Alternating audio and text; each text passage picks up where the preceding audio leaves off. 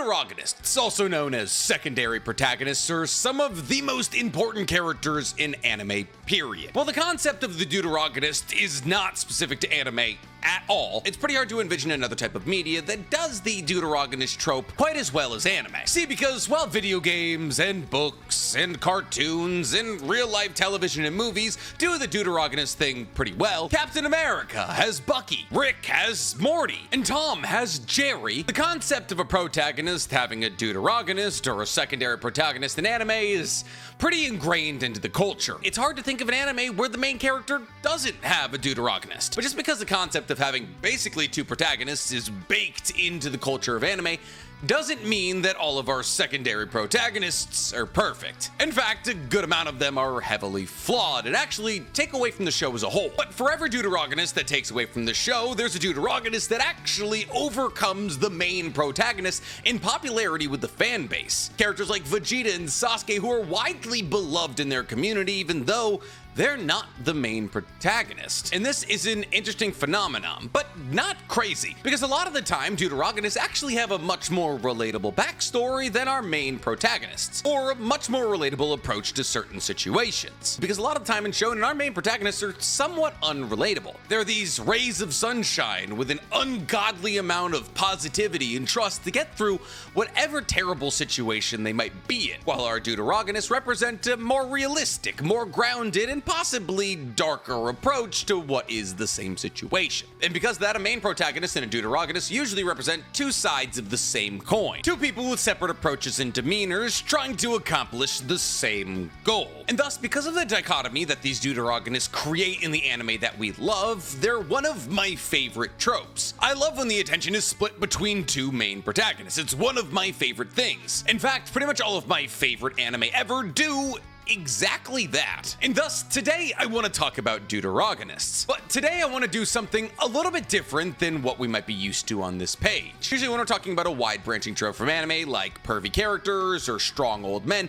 we talk about the strongest of the troop. But actually, kind of find those videos boring to make. I like doing individual deep dives on how strong a certain character may or may not be. I lose a day off my life every time I have to say something like relativistic or FTL plus or continent level. And I'm willing to shave those days off my life for views, but today I want to enjoy myself. And thus today, while we will be ranking and explaining the greatest Deuterogonists in anime history, we're not going to be ranking characters based off strength. Instead, we're going to be ranking characters off A, my personal enjoyment, and B, their impact in the anime or the manga they exist in. Because I just think that's a genuinely more fun video to make, and hopefully to watch. I mean, we will be talking about their feats and their abilities and so on and so forth, but more in the capacity to explain why they're so important to the story they exist in. So if you came to hear whether or not Zoro was stronger than Sasuke, I'm sorry this isn't the video for you. But if you want to hear what I think about these characters' impacts and the stories they're involved in, then this is the video for you. There will be some how hard they punchy talk. But enough about the rules. Let's get into it. But before we get into anything, guys, please,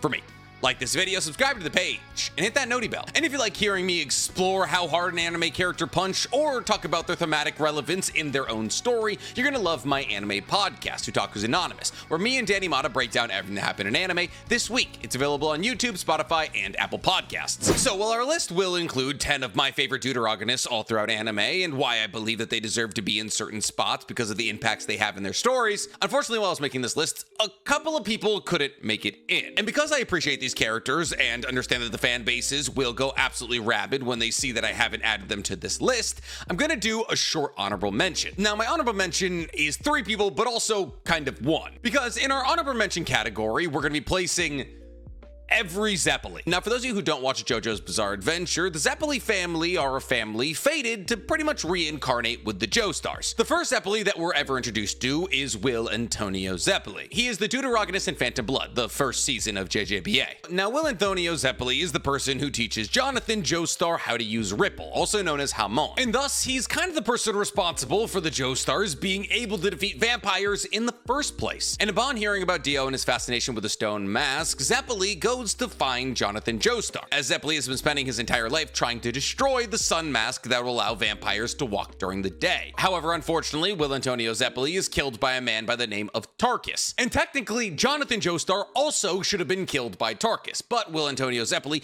gives the last of his energy over to Jonathan to save his life, which allows Jonathan to go on, defeat Tarkus, battle against Dio, and sink a boat that both of them are on. So without Will Antonio Zeppeli being an iconic Italian man, the Joestars never would have kickstarted their journey down the path of defeating vampires. And Will Antonio Zeppeli would go on to have a grandson, whose name is Caesar Antonio Zeppeli, but we'll just call him Caesar. Now, Caesar is absolutely an iconic character. Now, Caesar is the deuteragonist of battle tendency, and he, just like his grandfather, is a master user of Ripple. And once again, he, like his grandfather, is kind of relegated to teaching Joseph Joestar how to use it. Now, it's actually Lisa that actually kicks it into both of them, but the relationship between the two of them is actually much better than the previous relationship between Will and Jonathan Joestar. You see, Caesar and Joseph appear to dislike each other, but in actuality, as they train with each other, they get closer. And Caesar takes great pride in Joseph slowly becoming a better Ripple user, until eventually both of them are viewed as equals in Lisa's eyes. But Caesar truly cements himself as being an incredible deuteragonist and one worthy of being on this list when he gives his life for Joseph. See, JJBA wasn't always about stands. It actually used to be about vampires, and then it was about people called Pillarmen. And the Pillarmen were kind of vampires, I mean, they couldn't step in the sunlight, but they didn't have, like, fangs. And the entire point of battle tendency is that Joseph and Caesar needed to destroy the Pillarmen. However, at one point during battle tendency, two of the Pillarmen are holed up in a massive castle because it's daytime, they can't go outside. And thus, Joseph actually wants to wait until nighttime because he believes heading in during the daytime, the castle would be filled with traps and they would actually be anticipating an attack during the daytime. But Caesar wants to prove himself. You see, the Pillarman had actually killed his father, who was actually researching the Pillarmen. But when Caesar got too close to the Pillarmen as they were encased in a wall, Caesar's father had to push him out of the way because the Pillarmen were able to grab onto people and suck their blood, which led to Caesar being the unfortunate cause of his own father's death. But it was obviously catalyzed by the existence of the Pillarmen, so Caesar was out for revenge. And so Caesar battles against one of the Pillarmen, known as Wamu. And while Caesar does lose in this battle against Wamu, he fights an incredibly close battle. And as Caesar lets go of his pride as he's about to die and realizes that he has to trust Joseph to finish his revenge tour, with the last bit of his strength, he pulls out Wamu's lip ring, which contains the antidote for something called a wedding ring that is in Joseph's body. See, both the Pillarmen jumped Joseph before he was a master of Hamon, and they placed rings on important arteries in his body that would slowly constrict over the course of a couple of days, until eventually, if Joseph didn't come to fight them, they would constrict all the way and kill him. Joseph had already gotten rid of one of the rings. However, the antidote for the second ring was in Wamu's lip ring, and thus Caesar, with the last bit of his life, stole the lip ring,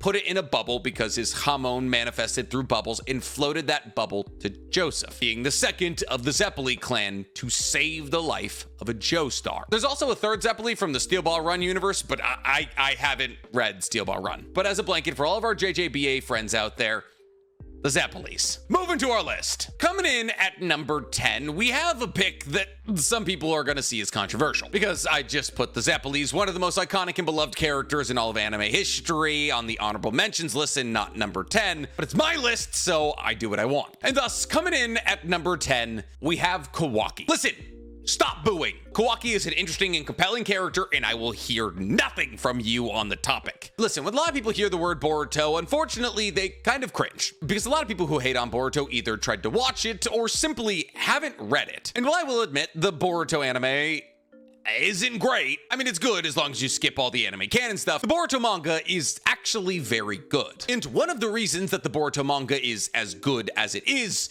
Kawaki. See, remember earlier when we talked about how a deuteragonist is supposed to be the other side of a coin from our main protagonist? Kawaki is the perfect example of that. See, the reason that a lot of people couldn't find Boruto's character relatable in the early days of Boruto is because he wasn't supposed to be. See, Boruto is born on third. He's the polar opposite of Naruto. He's born to the Hokage in the head of the Hyuga clan. For all intents and purposes, he is royalty. On top of that, he was also born from two of the greatest ninjas of their time, and thus is born a natural genius in all things ninjutsu, taijutsu, basically everything. And when Boruto during the Chunin exams goes on a character development arc where he realizes that hard work's the most important thing, there was still one thing that Boruto was truly lacking, and that was a compelling deuteragonist. See, we have Sarada, who's incredible and I love her, but she's unfortunately more of a love interest than a deuteragonist. And that doesn't take anything away from Sarada's character, surprisingly. In fact, within the confines of Boruto, I find Sarada probably to be one of the most compelling characters. Top two, with the first being Kawaki. But fortunately for Sarada, her journey isn't actually entirely dependent on Boruto like a deuteragonist's would be. She's more so supposed to represent the ending of the cycle of hatred than anything, and thus her role in the story is actually to show how the Uchiha clan has evolved beyond hatred. However, Kawaki is 100% Boruto's deuteragonist, and we could have hypothesized that, especially considering the fact that the first page in the first episode show Boruto and Kawaki battling over a destroyed Konoha. But the reason that Kawaki is Boruto's perfect deuteragonist is because he's his exact opposite. See, Kawaki is actually much more similar to Naruto than Boruto is. See, Kawaki was born in a podunk backwoods village to an alcoholic father, and then force him to work all day and use the wages that he got from working all day to buy him booze. And only after Kawaki's father had gotten nice and drunk could Kawaki eat. However, one day after Kawaki got in a scuffle with a couple of kids from his town and they broke the bottle of alcohol he was bringing to his father, Kawaki's father was propositioned by Jigen to buy Kawaki, and thus Jigen bought Kawaki, but not because he wanted a better life for Kawaki, no, because he wanted to implant a karma marking on him which would most likely kill him, as it had killed dozens if not hundreds of children prior. However, Kawaki didn't die. Kawaki actually had the karma seal implanted on him, which is actually worse than dying, because after Ishiki realized that Kawaki was his only true chance at fully reincarnating, he decided to train him, and train him hard. That is to say that he decided to physically and mentally abuse him every day of his life. And what did Kawaki have to look forward to?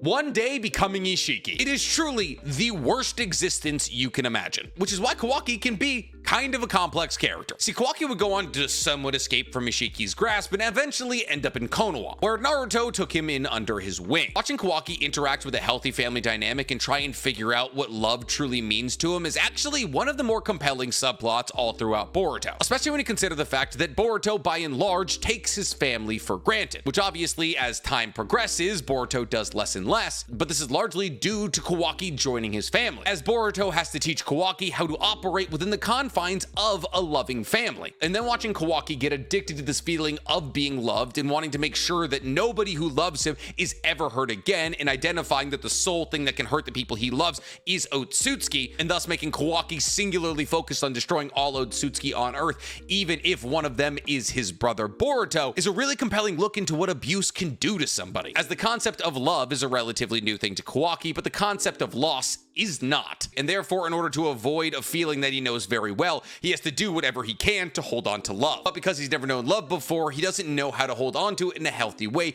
and therefore he has to go back to the violence in which he was raised with. And watching the difference between a love-starved child in Kawaki and a child raised with all the love in the universe in Boruto clash over keeping their family as one is actually really compelling, as Kawaki represents what Naruto could have become, while Boruto represents everything that Naruto wishes he had. So if you don't believe that Kawaki belongs on this list, I'm sorry, I disagree. But enough about Kawaki, let's move to our number 9 spot, because coming in at number 9, we have Genos. Now this also might be an unpopular pick, because a fair amount of people find Genos somewhat disinteresting, mostly because we don't know as much about him as we do some of the other deuteragonists on this list. But it's more because of the nature of how One Punch Man is told. And honestly, for a long time, I felt the same way. See, basically all that we know about Genos is that when he was young, the village he lived in was wiped out by a cyborg, and therefore he's dedicated his life to getting strong enough to one day find and kill said cyborg. And while that idea might sound a little bland, it's pretty much your basic revenge plot, the situations that this revenge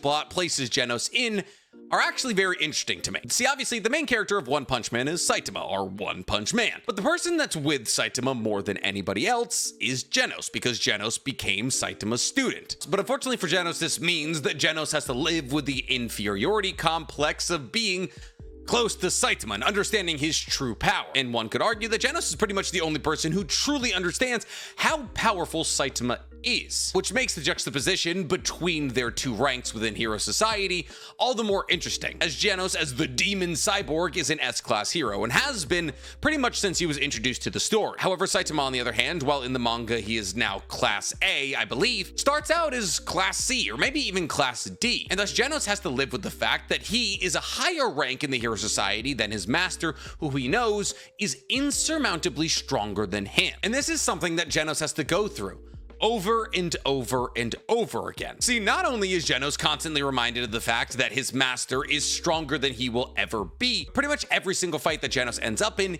he loses. Whether it be a battle against Elder Centipede, Garo, or just a Mosquito Woman, Genos really can't take a dub. However, fortunately for Genos, every time he loses, he can always go back to Dr. Kusino and get new and shiny upgrades. And thus, every single time that Genos loses, he gets stronger, technically. But every single time Genos loses, he realizes that he's not strong enough, and that he may never be strong enough, which is cemented by the fact that he's constantly saved by his master, who keeps one-punching all of the opponents who are destroying him. And thus, Genos, more than any other deuteragonist in history, has to deal with the fact that the story is not about him, which is ironic when you consider the fact that Genos probably shares an equal amount of screen time as Saitama in the story. And thus the level of inferiority that Genos, one of the top-ranked heroes in the entirety of the One Punch Man universe, has to deal with on a day-to-day basis makes him a really cool character, because more than anybody else on this list, except for maybe Vegeta, Genos has to battle with himself mentally to tell himself that he can become more than he already is, even when society is already patting him on the back for the little amount of work that he currently does. See, Genos is the Sisyphus of One Punch Man, as no matter how close he ever gets to Saitama, the one person he wants to be as strong as, he'll never achieve that goal. And that's why I love him as a character. But enough about characters with impossible dreams, let's talk about characters with somewhat possible dreams, because coming in at number 8, we have Zoro. Does 8 feel low to you? It probably does, but I'd like to remind you that I am only starting Whole Cake Island. I haven't seen Wano, I haven't read Egghead Island, and as far as I know, Zoro's not even in Whole Cake Island. The real reason that Zoro is this low on the list is because there could have been a lot of other Straw Hats on this list. See, this isn't a bad thing from One Piece at all, that there's so many side characters, there's so many deuteragonists. But obviously, if you were gonna say who is Luffy's right-hand man, who is his deuteragonist, you would say Zoro. But other people would argue that his relationship with Sanji or Jinbei is actually better than his relationship with Zoro. And well, obviously, no one would say that it's Frankie or Brook or Robin or Nami or Chopper. The fact that there's other people who could very easily be considered Luffy's true deuteragonist kind of takes away from Zoro a little bit. But this doesn't mean that Zoro isn't an incredible character. He is. He was Luffy's first ever crewmate, a pirate hunter who Luffy found chained up in Axe Hand Morgan's yard. On top of this, while Zoro hasn't had the spotlight in a long time in the story, at least where I am, his backstory and what motivates him is very interesting. See, Zoro wants to become the strongest swordsman on Earth. However, in the early days of One Piece, around the Bratier arc, Zoro bumps in to the strongest swordsman on Earth, Dracule Mihawk, who proceeds to absolutely undress him with just a dagger that he wears as a necklace. And after losing to Mihawk, Zoro proclaims that it's the last time he would ever lose. Because here's the thing, amongst all of the Straw Hats, Zoro is probably the most loyal. Some people will rally against that idea because in Enies Lobby, Zoro threatened to leave the crew if Usopp was allowed back on the crew without apologizing, but I think this is actually because Zoro holds Luffy to a higher standard than any of the other Straw Hats. See, Zoro understands that Luffy wants to be the king of the pirates, and that he should be. He was the first person to buy into that ideology. However, because of that, Zoro believes that Luffy should conduct himself as such. And therefore, when it comes to commitment to the crew, I really believe that no one is above Zoro. Obviously, there's the moment against Mihawk. But truly, the moment that cemented Zoro as one of the best deuteragonists in history, and definitely the best from One Piece, wasn't until Thriller Bark. See, after Luffy's battle against Gecko Moria, he has to battle against another one of the 7 warlords, Kuma. But unfortunately, Luffy doesn't have it in him to battle against Kuma, and thus he gets defeated pretty soundly. But Kuma is a devil fruit user, specifically a user of the paw fruit that allows her to take all of the pain that somebody's gone through out of their body in the form of a bubble. And Zoro, upon realizing that Kuma has the ability to wipe out all of the Straw Hats with relative ease, decides to take on all of Luffy's pain, in a feat that probably should have killed him. But instead of making the moment about himself or trying to take credit for this heroic act, Zoro instead delivers one of the coldest lines in anime history. Nothing happened. See, in this moment, Zoro cemented himself as somebody who genuinely not only cares about Luffy, but the entire Straw Hat crew. And as the Straw Hat's first mate, it was his responsibility when Luffy was unconscious to make sure that everybody got out safe. And Zoro shows multiple times that he's willing to swallow his pride and put his life on the line for the safety of the crew, but also for the furtherment of his goal. See, after Thriller Bark, Zoro was sent to Mihawk's island. And on this island, Zoro begs Dracule Mihawk rock, the strongest swordsman on Earth, the one person that Zoro has to defeat to train him. Not only so Zoro can become the greatest swordsman on Earth, but also so Zoro can defend his crew. See, that's the beauty of Zoro's character. While he never loses sight of his individual dream, he adapts his dream to fit the needs of the crew. And while one could argue that every single member of the crew does some variation of this, I believe that Zoro has gone through the most for the furtherment of that dream for the sake of the crew. And thus, while many members of the Straw Hats could have been added to this list, I believe that Zoro is the most deserving. And maybe that point will be corroborated or broken down the further I make it into One Piece, but until I get there, I can't know. You know what I can know though?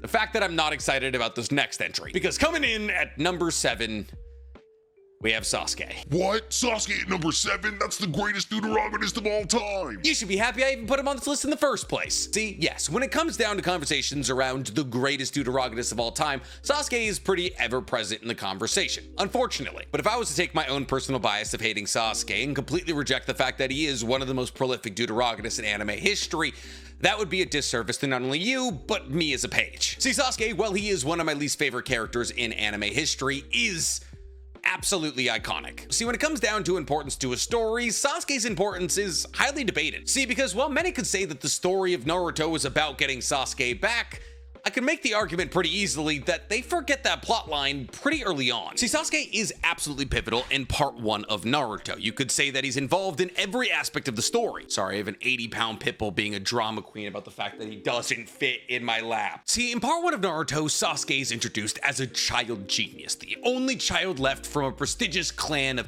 dojutsu wielders. And while he's angsty and annoying and very clearly Naruto's rival, he is an interesting character. He protects Naruto multiple times during the Land of Waves arc. He gets the curse mark in the Forest of Death from Orochimaru. He uses this newfound curse mark power to break the arms of a man who's been battling against Rock Lee and Sakura. He is, for all intents and purposes, the perfect rival for Naruto. Because much in the same capacity as I was talking about Boruto and Kawaki earlier, Sasuke, while he's not born with everything because he doesn't have a family, is born with genius. While Naruto was born with nothing and no genius. And thus, the story revolved around Naruto accessing his latent genius and Sasuke trying to leverage his existing genius. However, as Sasuke existed longer and longer in the Naruto universe, he realized something, that the power of latent genius and hard work might actually be greater than that of given ability. And thus the plot of Naruto shifts from protecting Konoha to Sasuke kind of having a temper tantrum. See, after the Konoha Crush arc, Sasuke realizes that Naruto was caught up to him in power, as Sasuke could do nothing in a battle against Gaara, but Naruto won. And thus another run-in with Itachi where Itachi told him he had to kill his best friend to unlock the true abilities of the Sharingan, and a streak of rampant jealousy made Sasuke realize that he might have to leave Konoha to truly gain the power he needs to kill Itachi. But the problem is,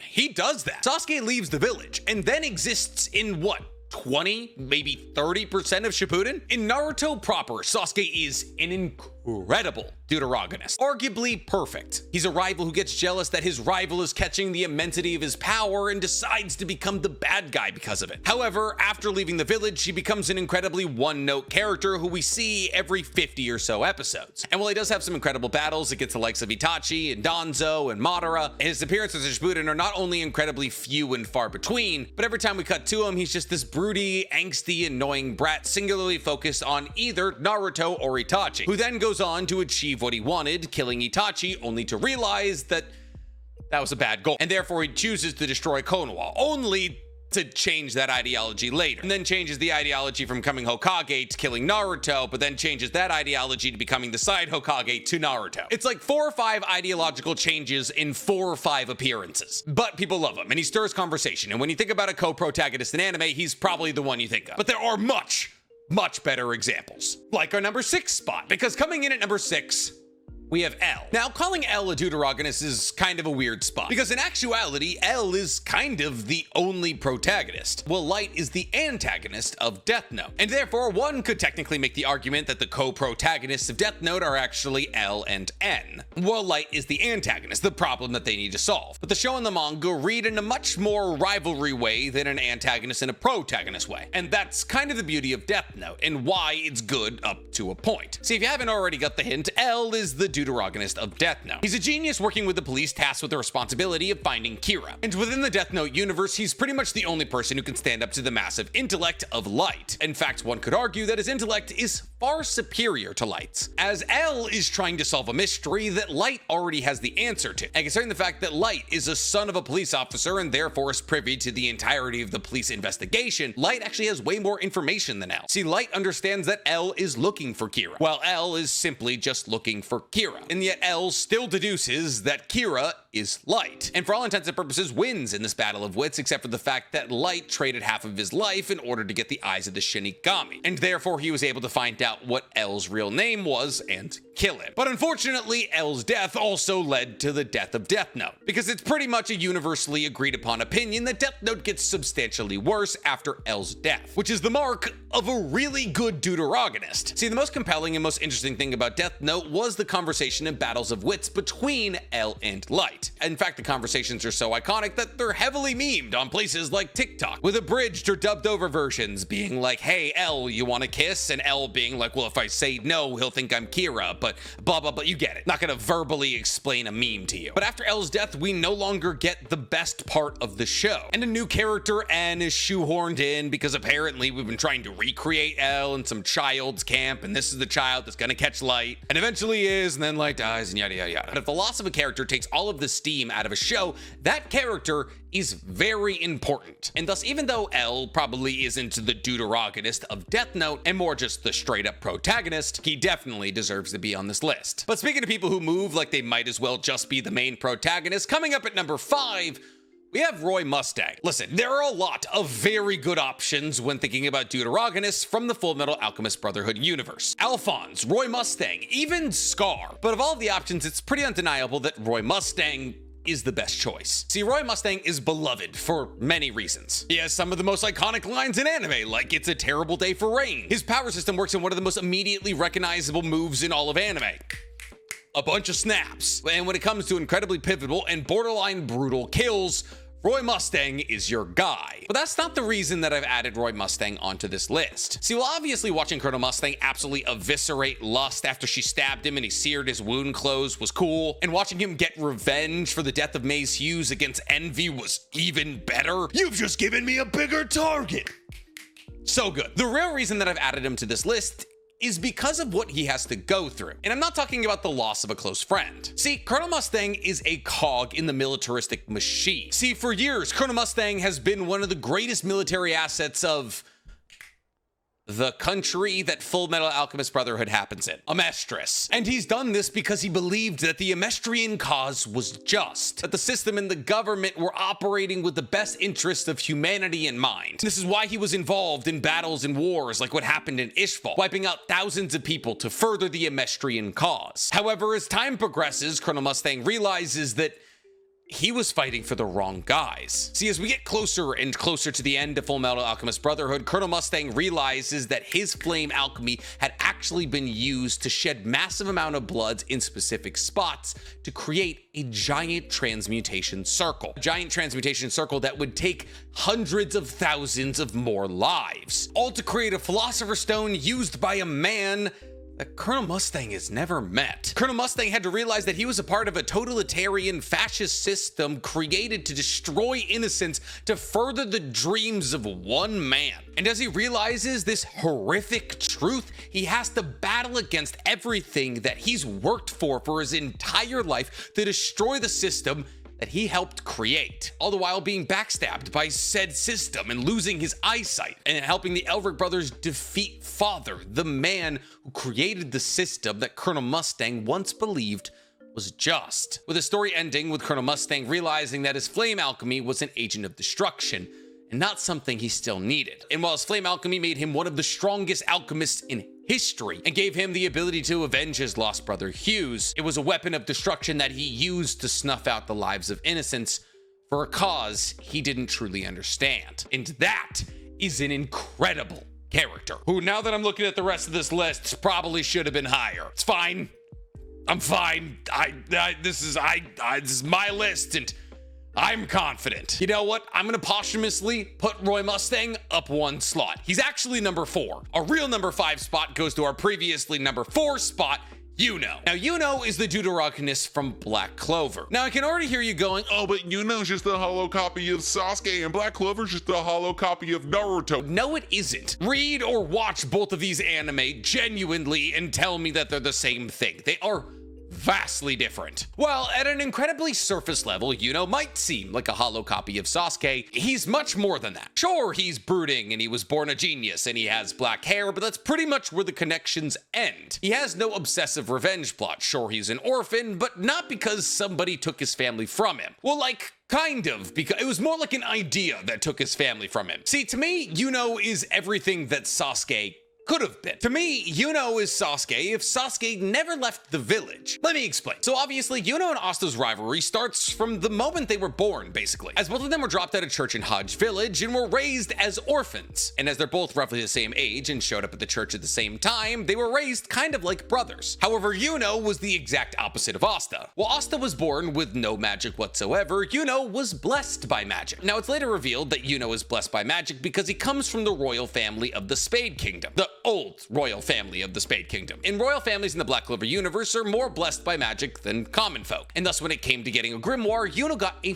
4-clover grimoire, which are incredibly rare and are only really bestowed to the strongest of magic users. But the 4-leaf grimoire that Yuno got when he turned 15 didn't actually give him his royal family's magic attribute. It gave him wind magic. However, Yuno doesn't stop at wind magic, as when it's revealed later on in the manga that Yuno was a member of the old royal family of the Spade Kingdom, the Grinberry family, that Yuno acquires his second grimoire, which gives him star magic. And as Yuno is one of the only people ever to acquire 2 grimoire, he rises through the ranks of magical knights, and quick. In fact, Yuno not only gains the title of Grand Magic Knight, being the youngest ever mage to do that, he also becomes the captain of the Golden Dawn when William Vengeance steps down. More than that, he's also the vessel for the reincarnated soul of Leet and Tetia's son, a half-elf, half-human mage of incredible power. And since everybody who was a vessel for the elves retained a massive amount of the elves' power even after the elves' souls left them, that was also a massive boost to his power. Not to mention he was also selected by Sylph, the Wind Spirit, which means he's a saint stage magician, but he's actually gone beyond that.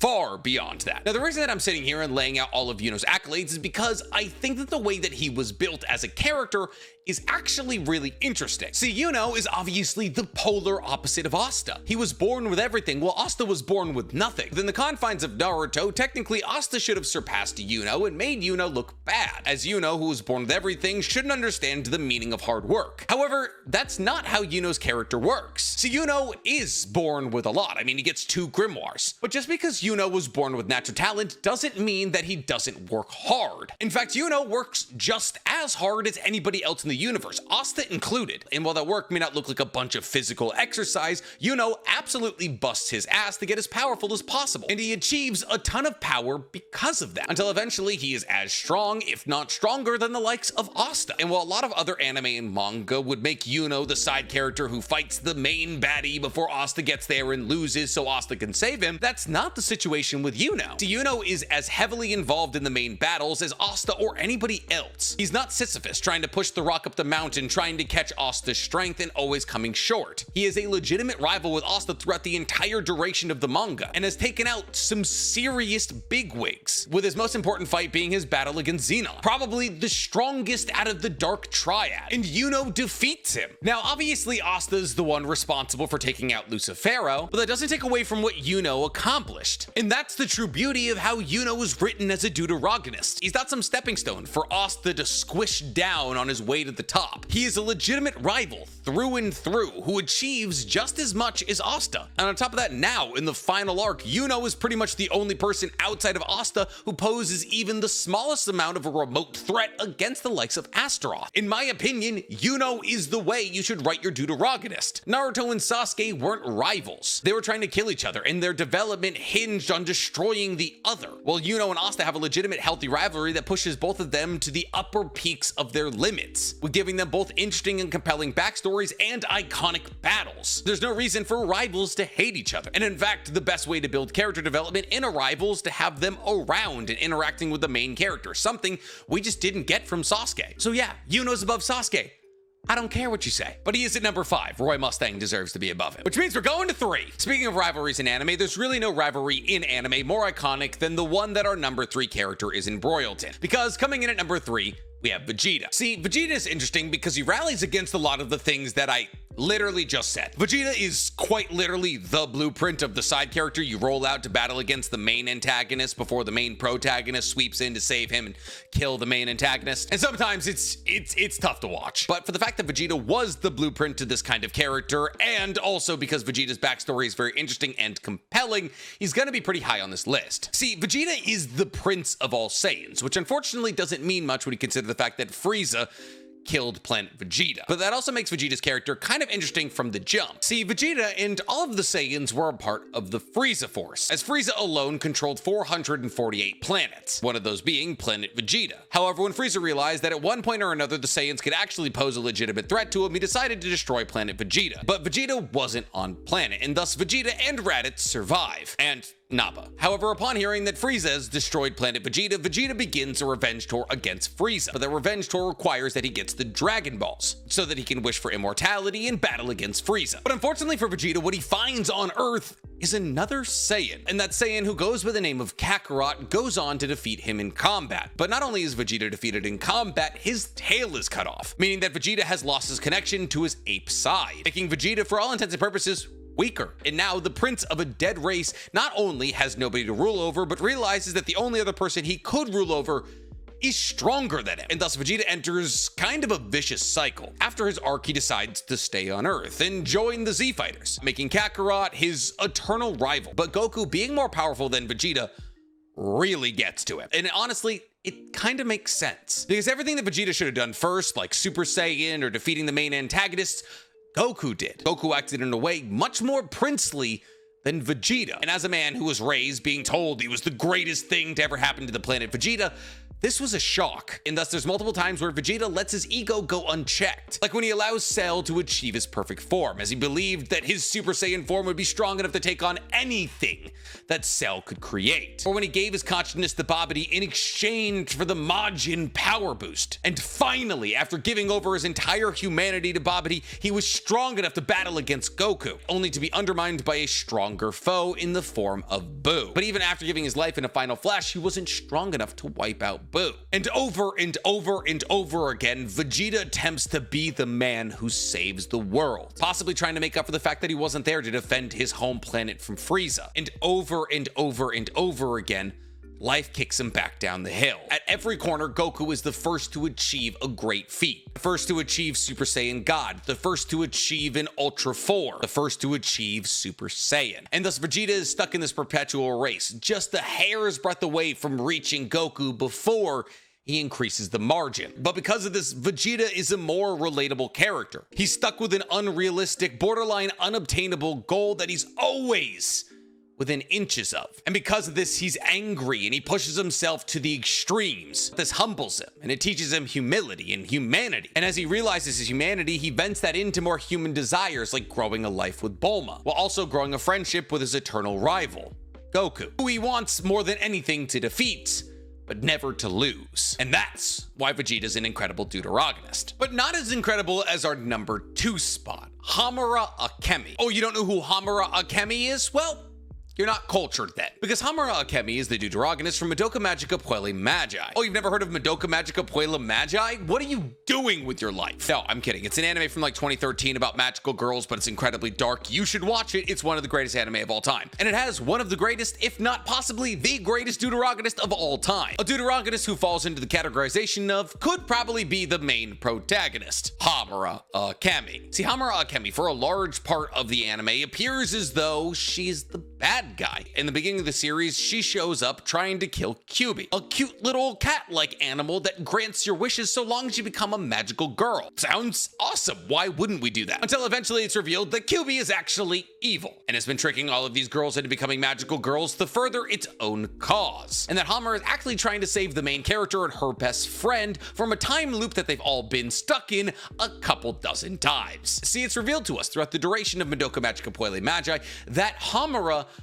has been pretty much the main character. There are two kind of standard magical girls in this timeline, and that's Madoka, the main character, and the girl who teaches her, Mami. And these two magical girls befriend Hamura. They're the only people who have ever been nice to her. And thus Hamura becomes kind of obsessed with Madoka specifically, as Madoka's really the first person who's ever been nice to her and is therefore kind of her first friend. However, because being a magical girl, at least in this universe, is very scary and hard, Hamura has to watch Madoka die in front of her. And while Hamura is wishing that she could go back in time and save Madoka, she gets time powers that allow her to go back in time. Now, the problem is that there's this witch. Witches are the things that the magical girls have to kill. However, if they use too much of their abilities, they themselves turn into witches. And there's this incredibly powerful, borderline unkillable witch called Walpurgis Nacht. And thus Hamura and Madoka and Mami tried to kill Walpurgis Nacht many times. However, every single time, Hamura has to watch her two closest friends die, having to be the one who puts them out of their misery most of the time. And every single time, Hamura has to go back in time as she tries to save her two friends from a horrific death. Now, the underlying tone of all of this is that if Hamura gives into the grief of the situation and clouds the thing that makes her a magical girl, she herself would turn into a witch, which would pretty much signal the end of the world. However, Hamura has to find it in herself to battle against Walpurgis Nacht over and over and over again, even when the odds feel unwinnable. However, we're not privy to all these other timelines till much later on in the anime. And thus, even though Hamura seems like an antisocial, possibly bad guy in the beginning of the anime, it's revealed to us that she has been trudging through blood, guts, and tears to save the two characters that she loves more than anything. And thus, it's revealed in arguably the greatest plot twist in anime history that Hamura is one of the greatest deuteragonists in anime history. But truly, if you haven't seen Madoka Magica Puella Magi, you should go watch it. I'm sorry I just spoiled it. I kind of had to talk about it in order to tell you how cool of a character Hamura is. But she's not number one, because coming in at number one, we got Killua. Oh yeah, are you surprised the guy whose favorite anime and manga of all time is Hunter x Hunter chose Killua? Well, you shouldn't be, because for all intents and purposes, Killua is one of the reasons that Hunter x Hunter is my favorite anime manga of all time. When it comes to a deuteragonist, Killua is perfect. I would not change a singular thing about his character or his character development. Killua is a perfect foil to Gon. In legitimately so many ways, it's borderline tough to explain. Well, obviously on a baseline level, everyone can be like, oh, Gon's pure and Killua's evil. It is so much deeper than that. Their journeys, while parallel, are actually constantly dividing. See, Killua is born a monster. However, he finds his humanity through his friendship with Gon. But Gon is born a human who slowly but surely turns into a monster because of the world events that are affecting him. However, Killua, as a child who was raised a monster, is constantly trying to shield Gon from this reality, with a great example of this being what he does during the Heaven's Arena arc, where he threatens to kill the three people that are teaming up on him and Gon to farm wins. And thus Killua represents the level of brutality necessary to succeed in the Hunter x Hunter universe, and thus he's acting as a shield from the real brutality of the universe for Gon, because Gon is his ray of sunshine. Gon is this massive humanizing entity that he puts on a pedestal and he wants to keep clean at all costs. And thus Killua actually keeps a lot of the darker and more murderous parts of himself at bay because he wants Gon to be his best friend. And thus, because he's suppressing the monsterized part of himself, the childlike joy part of himself comes out as he gets to live a somewhat normal life with Gon. Not to mention that Gon and Killua are the peak example of friendship in anime. Yes, they're rivals, and yes, they grow together, but they care about each other. They laugh, they joke around, but they also put their necks on the line for each other. They learn Nen together. Killua perfects Nen so they can protect Gon. He battles against incredibly powerful foes like Yuppie to give Gon time. But more importantly than anything, and genuinely something you won't see from many of the people on this list, Gon is the most important thing on Earth to Killua, outside of maybe Aluka. And Killua would stop at no lengths to make sure that Gon was okay. This is symbolized in so many ways, but I think genuinely the coolest and most important way that it's symbolized is that when Killua is rushing after Gon, as Gon is Jaja canning Pito's face into mush, for the first time in the entire show's history, we hear his footsteps, which some will see on a base level as Killua for the first time in his life being so afraid that he doesn't mask his footsteps. But actually, if you take it one step further, it's actually a symbolization of the humanization that Killua's gone through by becoming close to Gon. As in that moment, he's the most human he's ever been. As he's not concerned about power or money or politics, he's only concerned about Gon. And as he steps into this humanity, he steps out of the monsterization that he went through as a child. The monsterization that turned him into the perfect assassin killing machine. And thus, as he steps out of that in that moment of humanity, we hear his footsteps. Everything about Gon and Killua's on-screen or in manga presence is perfect. Them playing during their 72-hour penalty in the Hunter exam, them battling against Netero to try and get the ball, both of them figuring out Ko and applying it to shovels as they dig through mountains in Greed Island. Everything they do for each other. And while Gon works in outright and bolsterous ways to try and protect Killua, like kicking down the doors of the Zoldyck mansion to try and get Killua back, Killua operates in silence, protecting Gon from the true brutality of the universe. And because of that, Killua is the perfect deuteragonist. A foil, a rival, and a best friend who's there every episode. That is how you write a co-protagonist. But what do you guys think? What would your top 10 deuteragonist list look like? Tell me in the comments below. And while you guys are down there, please, for me, like this video, subscribe to the page, and hit that noti bell. Oh, apparently when Nick makes opinion videos, they run a bit long. I'm sorry, Cody.